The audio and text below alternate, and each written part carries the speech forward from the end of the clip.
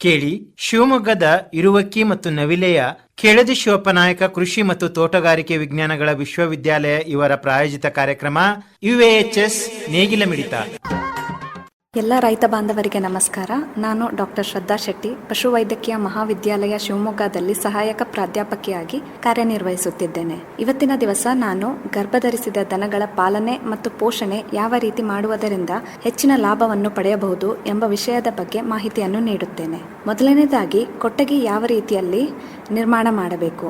ಕೊಟ್ಟಿಗೆಯ ನಿರ್ಮಾಣವನ್ನು ಸರಿಯಾದ ಜಾಗದಲ್ಲಿ ಮಾಡುವುದು ಮುಖ್ಯವಾಗಿದೆ. ಎಲ್ಲಿ ಸರಿಯಾದ ಗಾಳಿ ಮತ್ತು ಬೆಳಕು ಇರುತ್ತದೆಯೋ ಅಂತಹ ಕಡೆ ಕೊಟ್ಟಿಗೆಯನ್ನು ನಿರ್ಮಾಣ ಮಾಡಿದ್ದಲ್ಲಿ ದನ ಹಾಗೂ ಎಮ್ಮೆಗಳು ಆರೋಗ್ಯವಾಗಿ ಇರುತ್ತವೆ. ಕೊಟ್ಟಿಗೆಯ ಸುತ್ತಲೂ ಗಿಡಮರಗಳನ್ನು ಬೆಳೆಸಿ ತಂಪಾದ ವಾತಾವರಣವನ್ನು ಒದಗಿಸಬಹುದು. ಅದಾದ ನಂತರ ಸ್ವಚ್ಛತೆಯನ್ನು ಯಾವ ರೀತಿ ಕಾಪಾಡಿಕೊಳ್ಳಬೇಕು. ದನಗಳ ಹಾಗೂ ಎಮ್ಮೆಗಳ ಕೊಟ್ಟಿಗೆಯನ್ನು ಸ್ವಚ್ಛವಾಗಿ ಇಡುವುದು ಅಗತ್ಯ.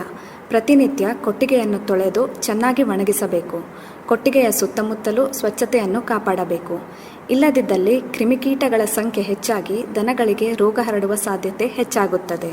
ಅದಾದ ನಂತರ ಮಣಕ, ದನ ಹಾಗೂ ಎಮ್ಮೆಗಳಿಗೆ ಅಂಟು ಮತ್ತು ಸಾಂಕ್ರಾಮಿಕ ರೋಗಗಳು ಬರದ ಹಾಗೆ ಯೋಗ್ಯ ಸಮಯದಲ್ಲಿ ಲಸಿಕೆಗಳನ್ನು ಹಾಕಿಸಬೇಕು. ಅದೇ ರೀತಿ ಒಳ ಮತ್ತು ಹೊರ ಪರಾವಲಂಬಿ ಜೀವಿಗಳ ನಿವಾರಣೆಗೆ ಸೂಕ್ತ ಸಮಯದಲ್ಲಿ ಸೂಕ್ತ ನಿವಾರಕ ಔಷಧೋಪಚಾರವನ್ನು ಮಾಡಬೇಕು. ಸೂಕ್ತ ನಿವಾರಣೆ ಕೈಗೊಂಡದ್ದಿದ್ದಲ್ಲಿ ರೋಗ ಬರುವ ಪ್ರಮಾಣ ಹೆಚ್ಚಾಗುತ್ತದೆ. ಇದರಿಂದ ಗರ್ಭದಲ್ಲಿರುವ ಕರುವಿನ ಬೆಳವಣಿಗೆ ಕುಂಠಿತವಾಗುತ್ತದೆ ಹಾಗೂ ಹಾಲಿನ ಉತ್ಪಾದನೆ ಕೂಡ ಕಡಿಮೆ ಆಗುತ್ತದೆ. ಜಾನುವಾರುಗಳು ಗರ್ಭಧರಿಸಿದ 6 ತಿಂಗಳುಗಳ ನಂತರ ಮನೆಯಲ್ಲೇ ಕಟ್ಟಿ ಮೇಯಿಸುವುದು ಸೂಕ್ತ.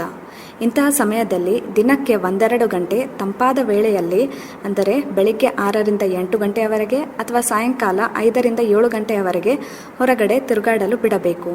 ಮಣಕಗಳು ಗರ್ಭಧರಿಸಿ 6 ತಿಂಗಳುಗಳಾದ ಮೇಲೆ ಪ್ರತಿದಿನ ಮೈ, ಕೆಚ್ಚಲು ಹಾಗೂ ಮೊಲೆಗಳನ್ನು ತೊಳೆದು ಕೈಯಾಡಿಸಬೇಕು. ಇದರಿಂದ ಮುಂದೆ ಅವು ಕರು ಹಾಕಿದ ಮೇಲೆ ಹಾಲು ಹಿಂಡಲು ಯಾವುದೇ ರೀತಿಯ ತೊಂದರೆ ಆಗುವುದಿಲ್ಲ. ಜಾನುವಾರುಗಳಿಗೆ ಗರ್ಭ ಕಟ್ಟಿಸಿದ ತಾರೀಖನ್ನು ಬರೆದಿಟ್ಟುಕೊಳ್ಳಬೇಕು. ಅದರ ಪ್ರಕಾರ ಕರು ಹಾಕುವ ಅಂದಾಜು ದಿನಾಂಕವನ್ನು ನೆನಪಿನಲ್ಲಿಟ್ಟುಕೊಳ್ಳಬೇಕು. ಗರ್ಭದ ಕೊನೆಯ ಹಂತದಲ್ಲಿ ಇತರ ದನಗಳಿಂದ ಬೇರ್ಪಡಿಸಬೇಕು. ಹಾಗೆಯೇ ಒಂದು ವೇಳೆ ಅವಧಿ ಮುಗಿದ ಮೇಲೂ ಕರು ಹಾಕದೇ ಇದ್ದರೆ ಪಶುವೈದ್ಯರಿಂದ ಸೂಕ್ತ ಚಿಕಿತ್ಸೆಯನ್ನು ಕೊಡಿಸಬೇಕು. ಕರು ಹಾಕಿದ ಅರ್ಧ ಗಂಟೆಯ ಒಳಗಾಗಿ ಜಾನುವಾರಿನ ಮೈಯನ್ನು ಚೆನ್ನಾಗಿ ತೊಳೆದು ಕರುವಿಗೆ ಗಿಣ್ಣದ ಹಾಲನ್ನು ಕುಡಿಸಿ ಹಾಲನ್ನು ಹಿಂಡಬೇಕು.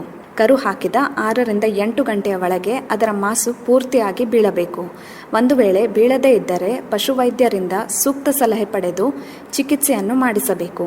ಹೀಗೆ ಮಾಡಿಸುವುದರಿಂದ ಮುಂದಿನ ಗರ್ಭಧಾರಣೆ ಮಾಡುವ ಸಮಯದಲ್ಲಿ ಯಾವುದೇ ರೀತಿಯ ತೊಂದರೆ ಆಗುವುದಿಲ್ಲ. ಇದಾದ ನಂತರ ಯಾವ ರೀತಿಯ ಆಹಾರ ಅಥವಾ ಪೋಷಣೆಯನ್ನು ನಾವು ದನಗಳಿಗೆ ಕೊಡಬೇಕು ಎಂಬುದರ ಬಗ್ಗೆ ನೋಡೋಣ.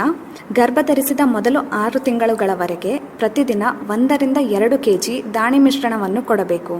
6 ತಿಂಗಳ ನಂತರ ಕರು ಹಾಕುವವರೆಗೆ ಅಥವಾ 9 ತಿಂಗಳವರೆಗೆ ಪ್ರತಿನಿತ್ಯ 2ರಿಂದ 3 kg ದಾಣಿ ಮಿಶ್ರಣವನ್ನು ಕೊಡಬೇಕು. ದಾಣಿ ಮಿಶ್ರಣದ ಜೊತೆಗೆ ಚೆನ್ನಾಗಿರುವ ಅಥವಾ ಒಳ್ಳೆಯ ಹಸಿರು ಮೇವು ಹಾಗೂ ಒಣಮೇವು ಕೊಡುವುದು ಅತ್ಯಗತ್ಯ. ಬೇಸಿಗೆ ಕಾಲದಲ್ಲಿ ಹಸಿರು ಮೇವು ಸಿಗುವುದು ಕಷ್ಟ. ಅದಕ್ಕೆ ಮಳೆಗಾಲ ಅಥವಾ ಚಳಿಗಾಲದಲ್ಲಿ ಯಾವಾಗ ಹಸಿ ಮೇವಿನ ಪ್ರಮಾಣ ಜಾಸ್ತಿ ಇರುತ್ತದೆಯೋ ಆವಾಗ ಅದನ್ನು ರಸಮೇವಾಗಿ ಮಾಡಲಿಕ್ಕೆ ಉಪಯೋಗಿಸಬೇಕು. ಈ ರಸಮೇವನ್ನು ಬೇಸಿಗೆ ಕಾಲದಲ್ಲಿ ಕೊಟ್ಟಿದ್ದರೆ ಅದರಿಂದ ಬೆಳವಣಿಗೆ ಚೆನ್ನಾಗಿ ಆಗುತ್ತದೆ. ಅದೇ ರೀತಿ ಹಾಲು ಉತ್ಪಾದನೆ ಕೂಡ ಹೆಚ್ಚಾಗುತ್ತದೆ.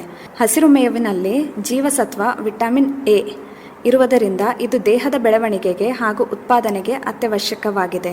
ಅದೇ ರೀತಿ ಆಹಾರದ ಜೊತೆಗೆ ದಿನಕ್ಕೆ 3ರಿಂದ 4 ಬಾರಿ ಸ್ವಚ್ಛವಾದ ನೀರನ್ನು ಯಥೇಚ್ಛವಾಗಿ ಕುಡಿಸಬೇಕು. ಈ ರೀತಿಯ ಪದ್ಧತಿಯನ್ನು ಅಳವಡಿಸಿಕೊಂಡಲ್ಲಿ ರೈತರು ಒಳ್ಳೆಯ ರೀತಿಯ ಲಾಭವನ್ನು ಪಡೆಯಬಹುದು. ಹೆಚ್ಚಿನ ಮಾಹಿತಿಗಾಗಿ ಈ ದೂರವಾಣಿ ಸಂಖ್ಯೆಯನ್ನು ಸಂಪರ್ಕಿಸಬಹುದು. 8971289649. ಧನ್ಯವಾದಗಳು.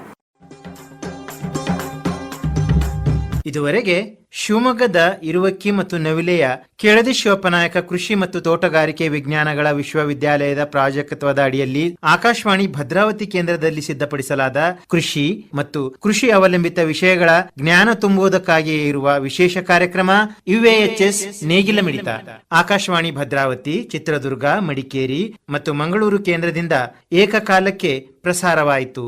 ಪ್ರಸ್ತುತಿ ಡಾಕ್ಟರ್ SM ಸುಧಾಕರ್. ನಿರ್ವಹಣೆ SR ಭಟ್.